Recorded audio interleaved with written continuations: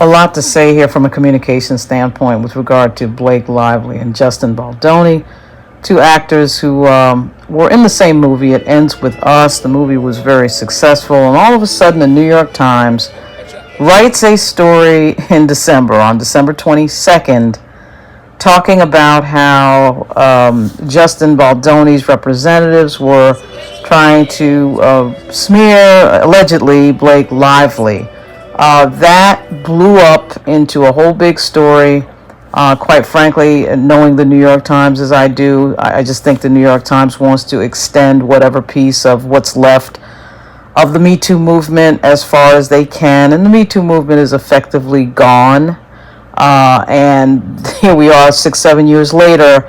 The New York Times is always trying to make the point that, oh my goodness, the Me Too movement is so powerful.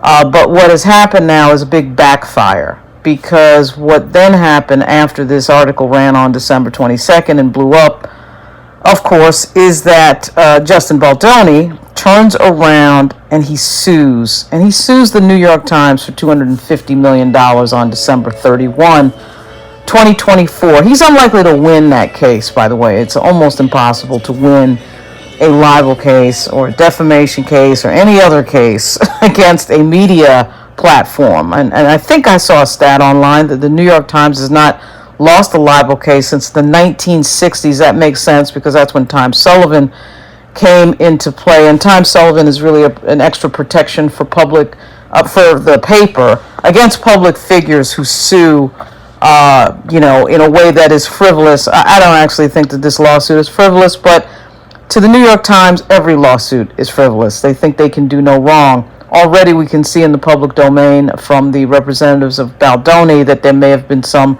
facts and details left out of the story that reflected well for Mr. Baldoni, which is a classic thing that a lot of these stories do, is they leave things out that don't fit the narrative that they want to fit. I frankly have never seen the New York Times write a reported Me Too story that didn't side with Me Too. I mean, that's just not what they do. They are in full promotion of Me Too.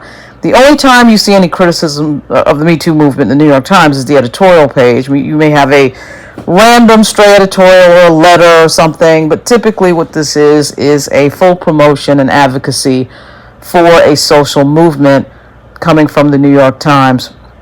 And it totally makes sense because the New York Times really created Me Too back when, in 2017, October, when Megan Twohey and Jodi Kantor wrote about Harvey Weinstein, in a very well-investigated and detailed story. But since then, things have gone adrift, to say the least. And one of the things that's gone adrift is journalism and how journalism handles these types of situations.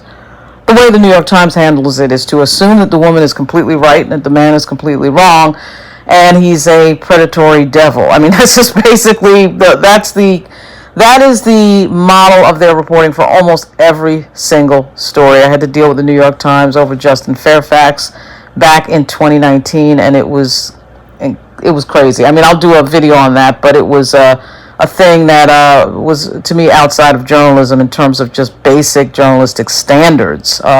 Listening to both sides, talking to everybody, which they didn't do. What they really did was just listen to two attorneys telling them information and verbatim putting what those two attorneys wanted to put in the paper. And actually, this treatment of the Baldoni Lively story is quite familiar to me in that sense. So anyway, Baldoni has sued, and that is where we get into the details.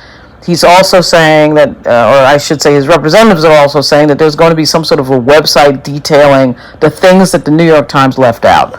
I can tell you that that's fraught with peril, because you can imagine that that's a lot of stuff that they've left out. There's always two sides to these stories, even when you have a side that may be, let's say, 60 or 70% correct. Almost nobody is 100% correct in any situation.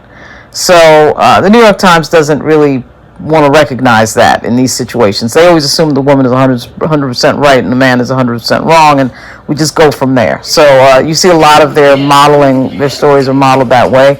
And we'll see what happens next. But really, this is something that has blown up that we may get to some interesting details to, should it get into a court of law, I actually think both parties would be very smart to settle and get out of this as quickly as possible, because I can't figure out how this is beneficial to either party. And it seems like, to me, what's happening is that the online sentiment is that Blake Lively is wrong. I mean, if you were to read online, and I know that the more Donigans and the Cat Tenbarges of the world will say, oh my God, that's misogyny. Well, if you read the facts behind some of what Baldoni's representatives have put out, I'm not sure that that's incorrect. Most of it can be proven fairly easily. The gag order that Lively's attorneys are asking for on Baldoni's attorney is absolutely laughable. They're the ones who started this entire crazy show. So you start it, and then you can't handle the fact that the other side is going to say something. But quite frankly, a lot of these Me Too narratives run on this idea from a communication standpoint that the man in the story can't talk and shouldn't be talking.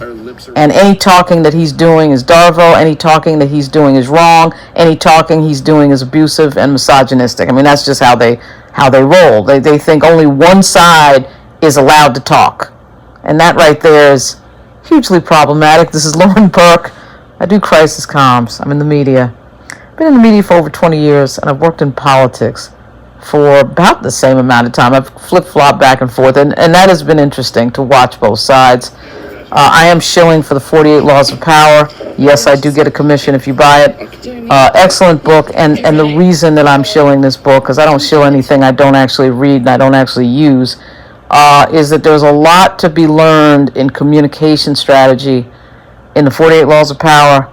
I'll be back soon. There's a lot to say about the Lively Baldoni case.